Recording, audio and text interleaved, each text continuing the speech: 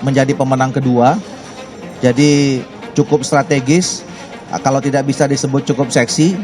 Partai Golkar juga partai yang terbuka, partai yang bisa bekerja sama dengan siapa saja. Jadi kalau dalam membangun koalisi, karena dia nomor 2, dengan Gerindra berdua cukup, dengan Nasdem berdua cukup, dengan PKB berdua cukup, dengan Demokrat berdua cukup, dengan PAN berdua cukup, apalagi dengan PDI sangat cukup. Jadi masih sangat terbuka kemungkinan koalisi dengan partai. Jadi ini kegiatan namanya Musyawarah Daerah Forum Komunikasi Sebogor Raya.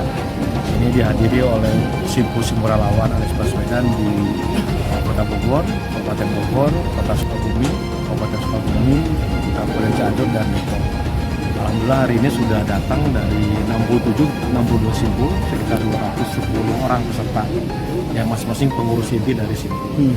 Nah, target dari hari ini kita ingin menyusun bersama tentang strategi, kemudian pola kerja, dan hal penting yang dipersiapkan bagi kegiatan nanti pada saat Pilpres.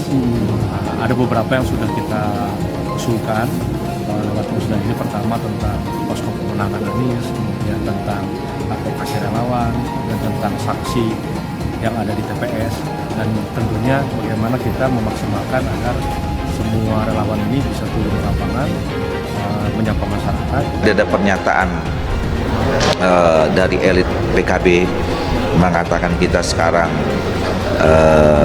telah bergabung.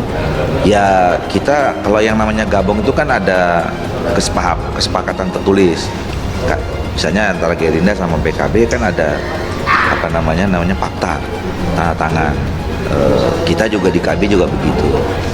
Di mana di Indonesia Perubahan juga begitu.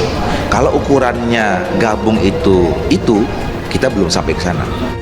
Dan memperkenalkan Anies sebagai presiden. Tadi yang hadir relawan Tadi relawan dari Kota Bogor, Kabupaten Bogor, kemudian Sukabumi, Kabupaten Sukabumi, Cianjur, dan Depok. Tapi ada juga dari Jakarta ada, dari Banten juga ada. Dan ini relawannya sangat variatif, dari mulai ada dari buruh, dari forum pendeta, dari para milenial, dan budayawan ada. Jadi alhamdulillah hari ini hampir semua segmen ada. Pak, sebetulnya target utama yang diusung oleh relawan ini sebetulnya apa nih Pak? Sehingga bisa dirumuskan musda kali ini. Ya, jadi bagaimana menjelaskan kepada masyarakat bahwa Anies ini sebagai presiden yang layak dipilih. Itu poinnya. Sehingga turunan kita adalah mencari strategi yang pas, yang cocok, sehingga mudah dipahami oleh masyarakat dan mudah diberikan pemahaman bahwa ini loh calon kita yang paling baik. Ada Petinggi Partai Golkar hadir apel siaga perubahan di GBK. Dikutip dari CNN Indonesia Jakarta, Ketua DPP Partai Golkar Kristina Aryani menghadiri acara apel siaga perubahan yang digelar Partai Nasdem di Stadion Gelora Bung Karno, GBK Senayan Minggu 16 Juli.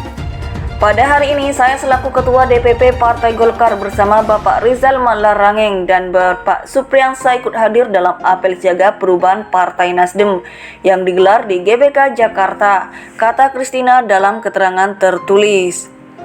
Kristina mengungkapkan alasan Golkar hadir dalam agenda tersebut, yakni sebagai bentuk penghargaan atas undangan yang dilayangkan Partai Nasdem. Terlebih, acara itu bertepatan dengan perayaan hari ulang tahun Ketua Umum Partai Nasdem Surya Paloh yang sebelumnya berkiprah di Partai Golkar selama kurang lebih 42 tahun. Ia menyampaikan kehadiran Golkar dalam acara apel siaga perubahan merupakan bentuk persahabatannya dengan Partai Nasdem, seperti halnya juga dengan partai-partai yang lain. Bagi Partai Golkar, silaturahmi dan persahabatan antar partai politik sangat penting sebagai bagian pembelajaran bagi seluruh masyarakat, ucap Kristina. Politik harus dijalankan dengan riang gembira dan tidak saling bermusuhan, apalagi menciptakan perpecahan, sambungnya. Sejumlah petinggi Koalisi Perubahan untuk Persatuan KPP turut hadir dalam agenda tersebut. Mereka adalah Ketua Umum Partai Nasdem Surya Paloh, Ketua Umum Partai Demokrat Agus Harimurti Yudhoyono (AHY), dan Presiden PKS Ahmad Saihu. Bakal calon presiden dari Koalisi Perubahan Anies Baswedan juga turut hadir dalam acara tersebut. Partai Nasdem menggelar konsolidasi bersama ribuan kadernya di Stadion Utama Gelora Bung Karno hari ini. Rencananya, agenda konsolidasi tersebut akan diisi dengan pidato politik oleh Ketua Umum Partai Nasdem Surya Paloh dan Anies Baswedan selaku bakal calon presiden dari Koalisi Perubahan. Sementara itu, Presiden Joko Widodo tidak diundang ke acara tersebut. Alasannya Nasdem mengklaim acara itu bersifat internal. Demokrat, Nasdem, dan PKS sudah menaikkan kesepakatan kerja sama politik untuk mengusung Anies Baswedan di Pilpres 2024. Koalisi juga sudah menetapkan kriteria cawapres yang diserahkan kepada capres. Namun, koalisi ini belum memutuskan cawapres sampai saat ini. Pada hari ini, saya selaku Ketua DPP Partai Golkar bersama Bapak Rizal Malarangeng dan Bapak Supriyansa ikut hadir dalam apel siaga perubahan Partai Nasdem yang digelar di GBK Jakarta, kata Kristina dalam keterangan tertulis. Kristina mengungkapkan alasan Golkar hadir dalam agenda tersebut, yakni sebagai bentuk penghargaan atas undangan yang dilayangkan Partai Nasdem. Terlebih, acara itu bertepatan dengan perayaan hari ulang tahun Ketua Umum Partai Nasdem Surya Paloh yang sebelumnya berkiprah di Partai Golkar selama kurang lebih 42 tahun.